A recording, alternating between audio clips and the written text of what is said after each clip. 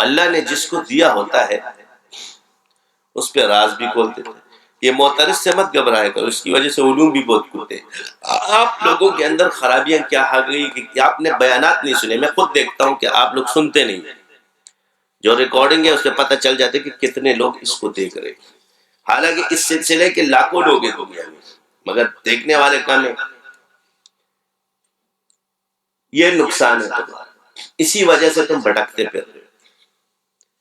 یعنی ایک پیر صاحب کے پاس جب آپ جاتے ہو دوسرے استاد کے پاس خواہ مخواہ اپنے ٹیلی فون کر ٹائم ضائع کرتے ہو، ادھر جاؤ اس بیانات کو سنو، ایک کاپی اپنے پاس رکھو. پوائنٹ تمہیں ایک دفعہ سنو گے نا تو ایک پوائنٹ ہوگا، جب دوسری دفعہ سنو گے اس میں دوسرا پوائنٹ ہوگا، جب تیسری دفعہ ہوگا ہر پوائنٹ میں تمہیں پوائنٹ الگ الگ نظر آئیں گے اور فیض بھی ملنا شروع ہو جائے گا.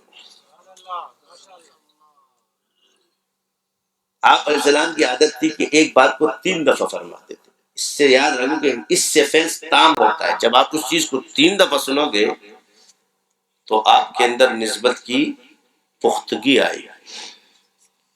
پھر تم سے اگر دنیا کے بڑے بڑے بحث کر جائے، اس لیے مت سننا، تو پھر میں ذمہ دار ہوں گا اس بات کا.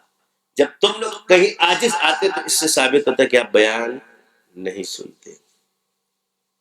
تو کسی عالم کے ساتھ بحث و مباحثہ بغض سے نہیں کرنا، دلائل سے کرنا، کیونکہ دلائل سے دین پھیلتا ہے اور بغض سے بیماری آتی ہے. ہمارے دل میں بغض نہیں ہونا چاہیے، اس کا احترام، اس کی قدر بھلے جس طرح ہو. اور جب کسی وہ جتنا بھی بولے اس کی کھلی اجازت ہو، تحمل کے ساتھ ہر بات کا جواب دو.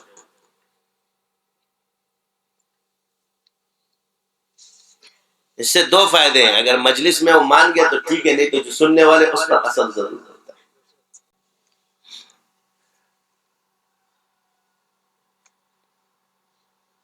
میں کہتا ہوں یہ گلاس میں جو پانی ہے رب نے مجھے دیا ہے، تم کہتے ہو یہ کیوں بولتے ہو؟ یہ دعویٰ ہے. گویا تمہارے عالم کو یہ بھی پتہ نہیں کہ دعویٰ کیا چیز ہے اور نعمت کیا چیز ہے. کیا دعویٰ کیا چیز ہے اور نعمت کیا چیز ہے. اور کہتے ہیں جی نعمت کو بیان کرنے کو دعویٰ کہتے ہیں. تو میں نے جو نعمت بیان کی اس نعمت کے بارے میں نے تو ہر چیز میں کی، لیکن آپ نے کہا کہ نہیں یہ ایک چیز میں تو یہ امام ہے مگر دوسرا اس کو نہیں آتا. سمجھ آ رہی ہے کہ نہیں آ رہی؟ کیا کہا؟ اس ایک چیز میں تو ماہر ہے، اس کا ہم انکار نہیں کرتے. تو جب تم نے ایک چیز کی مہارت کا انکار کر دیا تو دوسرے کی تابع ہے، وہ خود بخود آ جائے گی. اور دوسری تیسری کتاب ہے. کیوں کہ اس میں یہ مہارت ان تینوں کی وجہ سے آئی ہے. سمجھ آ گئی کہ نہیں آئی؟ ہم کہتے ہیں من قال لا الہ الا اللہ فدر، اپنے ایمان کو مضبوط کر لو، اپنے علم کو مضبوط کر لو، اپنے عقیدے کو مضبوط کر لو. اس میں مضبوطی آتی ہے. عمل میں تمہاری جنگ جاری رہے گی. نفس اور شیطان سے ہے تیری جنگ جاری، کبھی اس کا پلہ باری کبھی تیرا پلہ باری. جب اس کا پلہ باری ہو جائے تو توبے سے اس کو پورا کرو، اور جب تیرا پلہ باری ہو جائے تو شکر سے پورا. یہ جنگ تا قیامت رہے گی، یہ ختم ہونے والی نہیں ہے.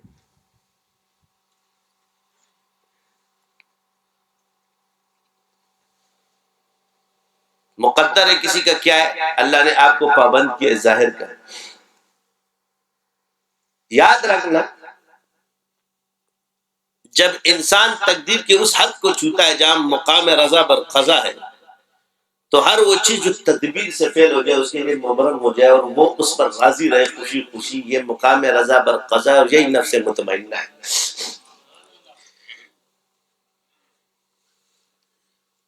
یا ایتها النفس المطمئنہ ارجعی الی ربک راضیۃ مرضیہ فادخلی فی عبادی وادخلی جنتی. نفس کی پہچان بھی تو سیکھو نا، تو تم مخلوق سے پھرو گے پہلے، اور مخلوق تمہیں پھرتے پھرتے پھرتے تھک جاؤ گے اور کہے یار ہو نہیں رہا، کیا مسئلہ. اب ہر تدبیر تمہاری فیل ہوتی جائے گی. شروع میں یہ نہیں ہوگا کیونکہ معلق سے مبرم کی طرف جانا آسان نہیں ہے. تدبیریں کرتے رہو گے، مایوس مت ہونا. آخر میں جب باہر بھی آئے گا ادھر بھی تم فیل ہو جاؤ گے تو سمجھو اللہ نے تمہیں نفس مطمئنہ سے اب تم براہ راست اپنے نفس سے مانگو. تیرے مجاہدے پورے اگر نفس اللہ اللہ کرتا رہے تیرا کام ہو جائے گا. اور جو تکلیف اللہ نے تمہیں دی ہے اس پہ راضی برقضا رضا برداشت کو خوشی اسی میں تمہیں، کیونکہ اسی تکلیف کی برکت سے تو تم نے مطمئنہ پہ آئے ہو.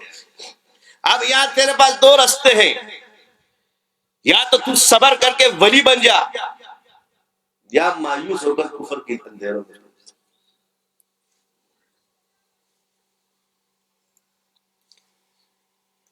مگر اس چیز کو ابتداءً بیان کرنا یہ کبھی بھی نہیں ہو سکتا.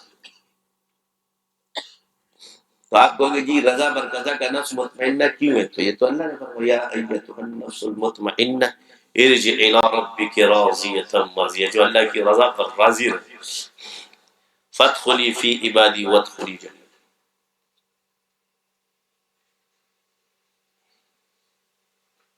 اللهم إني أسألك نفسا بك مطمئنة تؤمن بلقائك وترضى بقضائك وتقنع بعطائك.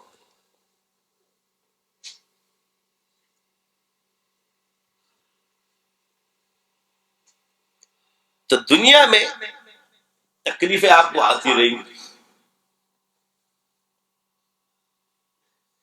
دنیا مجاہدے کا نام ہے، اور ہر مجاہدے کے اندر اللہ نے ایک علم کو پوشیدہ رکھے.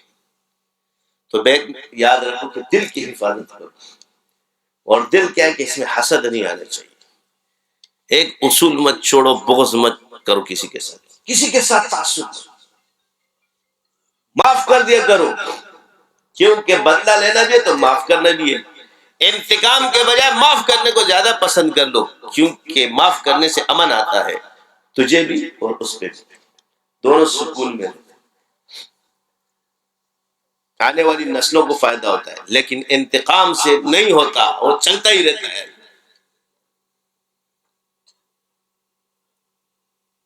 اس لیے آپ علیہ السلام نے امن کو پسند فرمایا ہے، اور حضور نے سب کو معاف کر دیا.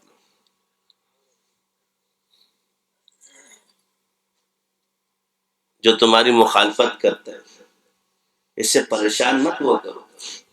ہم اللہ کی رضا کے لیے کر رہے ہیں. اگر ضلالت ہے تو قبول ہے، اگر عزت ہے تو قبول ہے. شہرت وہ پسند نہیں کرو کہ وہ شہرت جو تمہیں اللہ دے، وہ شہرت جو تم لوگوں سے چاہتے ہو یہ ریا ہے، یہ تمہیں تباہ کر دی. بس اپنے نفس کو مٹا دو، اور اس نفس کو یہ کہو کہ بے عزتی تو ان کی ہوتی ہے جن کی عزت ہوتی ہے. جب ہم عزت والے نہیں تو بے عزت کیا ہوگا؟ گندا تو وہ ہوگا جو پاک ہوگا، جب ہم پاک ہی نہیں تو گندے کی ہوگی.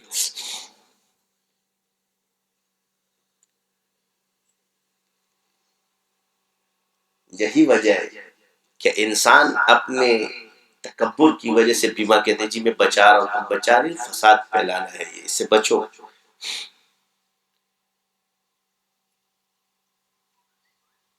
اس لیے تم مت کرو علماء کی، میں تو کہہ رہا ہوں کسی کا بھی بغض مت رکھو. علماء تو اولیاء تو بڑی دور، کسی کا دل میں بغض مت. یہی ہے گھر گھر آج اگر سب معاف کرنے والے بن جائے، یعنی آپ دنیا میں ایک چیز کر لو،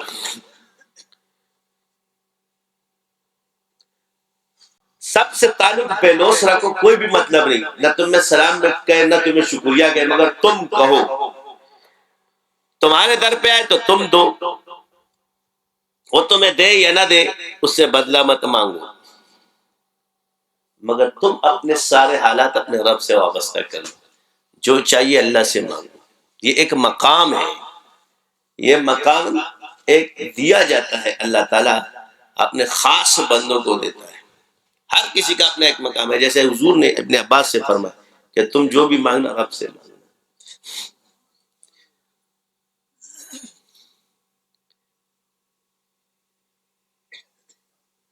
اگر تمہارا تسمہ بھی ٹوٹ جائے تو وہ بھی رب سے مانگو.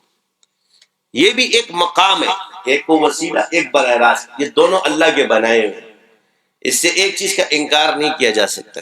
کبھی استغاثے کے ذریعے اللہ دیتا ہے، کبھی وسیلے کے ذریعے دیتے ہیں، کبھی براہ راست مانگنے سے دیتے ہیں، اللہ کے راستے ہیں۔ بس میں نے آسان حل بتایا تھا آپ کو، اللہ نے اپنے سے مانگنے کا ذکر کے بعد کہ تم کیا ادھر مت وَاسْتَعِينُوا بِالصَّبْرِ وَالصَّلَاةِ، یہ مقام ذاکرین کو حاصل ہوتا ہے کہ نماز ان کا اسم اعظم بن جاتی۔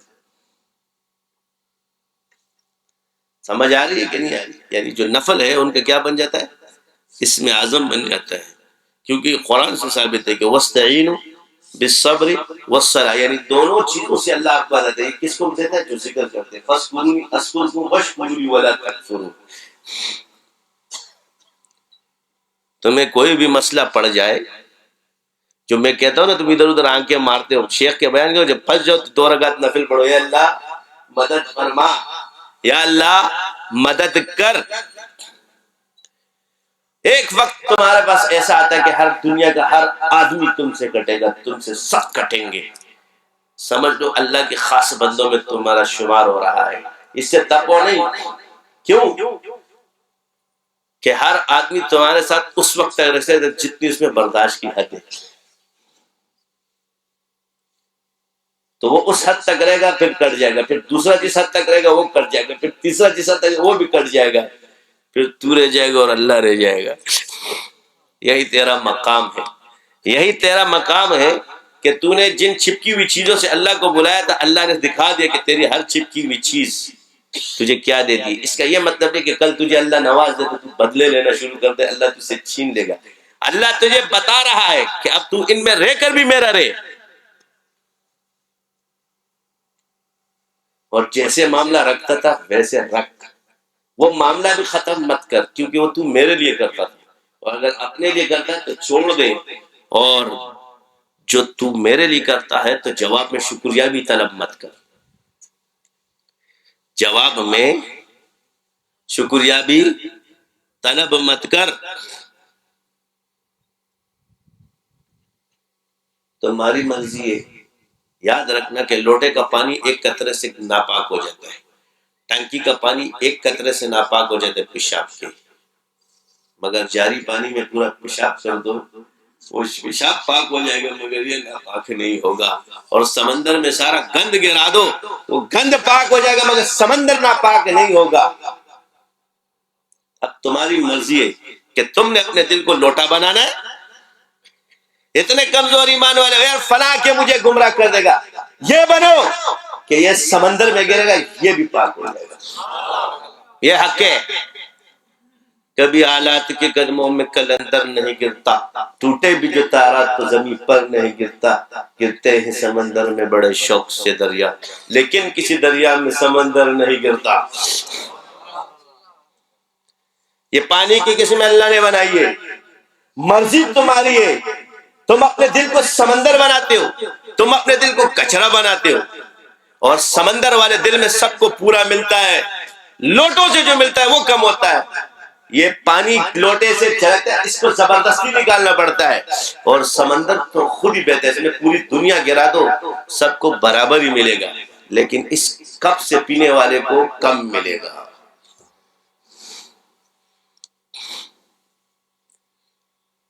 سمجھ آئی یا نہیں آئی؟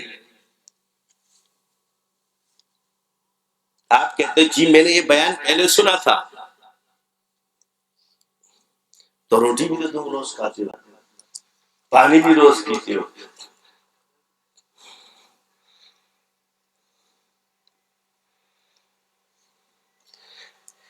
ایک ہے معلومات کے لیے بیان، ایک ہے غذا کے لیے بیان۔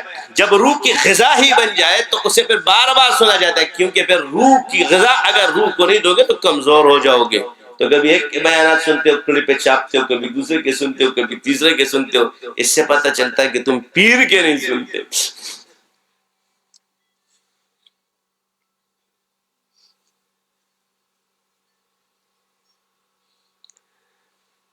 تو 15 گھنٹے جو تو لگا کے آتا ہے، سارا دن لگا کے آ جاتا ہے، تو 2 گھنٹے کا بیان سن لیا کر، فرق خود ہی پتہ چل جائے گا۔ عقل تیری کھل جائے گی، دل کے لوٹے کھل جائے گی، کاپی اور پین اپنے پاس رکھ اور اس کو لکھ۔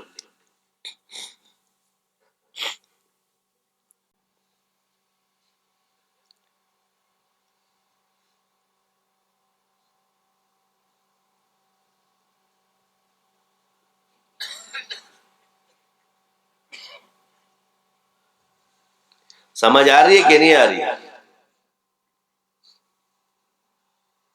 ان پوائنٹوں کو لکھا کرو، کیونکہ وہ بندہ بھول جاتا ہے، وہ ختم ہو جاتا ہے۔ تو میں اکثر یہ خواب سے نسبت کیسے ملتی ہے، یہ کہاں سے ثابت ہے، یعنی اور نہیں بنے گا، خواب سے سلسلے چلا رہے۔ میں نے کہا یار اب تم سند والے میں آ جاؤ، ہمارے پاس وہ بھی ہے، تم خواب والے میں مت چلو۔ ہم متصل سند بھی رکھتے ہیں ساری، تم سندن بن جاؤ، خوابی مت بنو، جاگنی والی میں آ جاؤ۔ بہانے کہاں کہاں سے تلاش کرتے،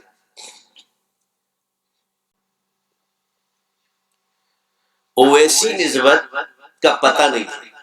تو یہ اس کے ان پڑھ ہونے کی دلیل ہے یا جاہل ہونے کی دلیل ہے، اب یہ خود پتہ نہیں۔ موکل کہاں سے آ گئے؟ ہم نے تو کبھی نہیں سنا تھا کہ موکل ہوتے ہیں۔ یہ تمہیں سوالات، یعنی یہ تو تین چار تمہارے بزرگ بولتے رہیں گے۔ ایک ہے اس میں علامہ ابن تیمیہ رحمۃ اللہ کی عاشقین سے میں کہتا ہوں کم سے کم مجموعہ فتاوی پڑھ لو یار، خدا مدا گڑ بڑ سر میں پھنسے گا۔ مجموعہ فتاوی جلد نمبر 4 ہے، 3 ہے، صفحہ نمبر 153 154 پہ چلے جاؤ، تمہیں مل جائے گا کہ یہ باتیں تو یہی ہے کہ فتووں میں تو موجود ہے مگر اقوال میں نہیں ہے، اور بات فتوے کی دلیل ہوتی ہے۔ اور قرآن کی جتنی آیات اس میں موجود ہے جو اس نے موکلین کی دلیل ملی ہے، تم خود پڑھ لو، میں نہیں پڑھاؤں گا تمہیں۔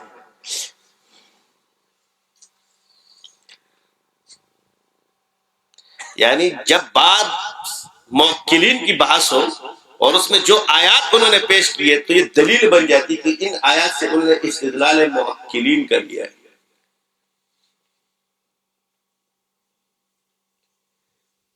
مجموعہ فتاوی ابن تیمیہ رحمت اللہ علیہ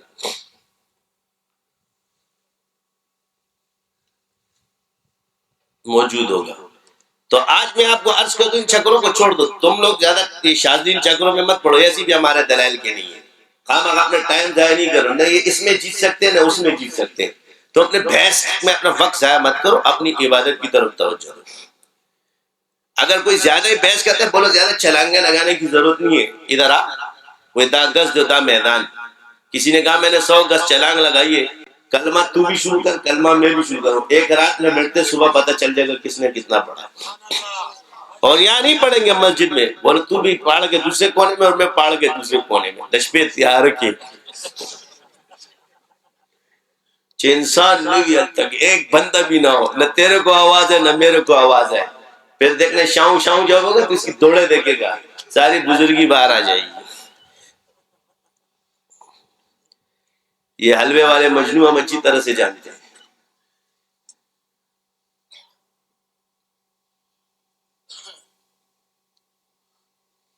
اتنا آسان نہیں ہے کہ تم کہو گے کہ ہم نے اتنی آسانی سے سیکھ لیا۔ تم نے جو حلوہ لگ رہا ہے نا آج یہ مجموعہ وظائف، وہ یہ فیوز النور، یہ تمہارے لیے حلوہ ہے، ہماری ہڈیاں ہڈیوں کو نچوڑنے کا حلوہ ہے۔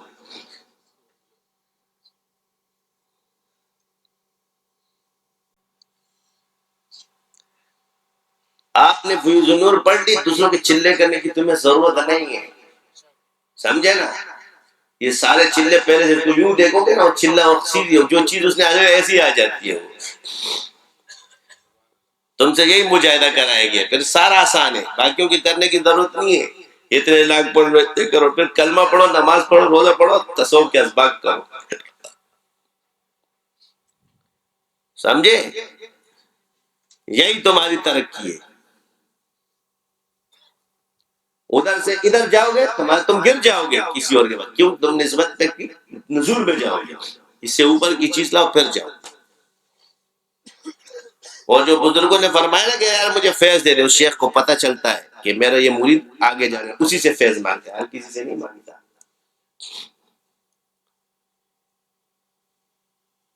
اس شیخ کو پتہ چل جاتا ہے زندگی